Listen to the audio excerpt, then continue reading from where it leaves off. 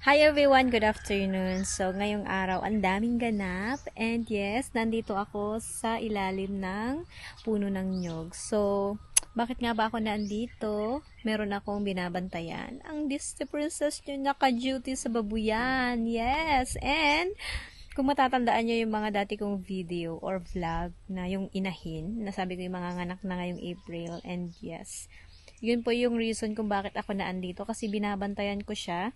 Kasi nga nanganganak na nga po siya. Kasalukuyan siya ay nanganganak. And ngayon po, mga alas 2 na po yata. Yan, 1:38.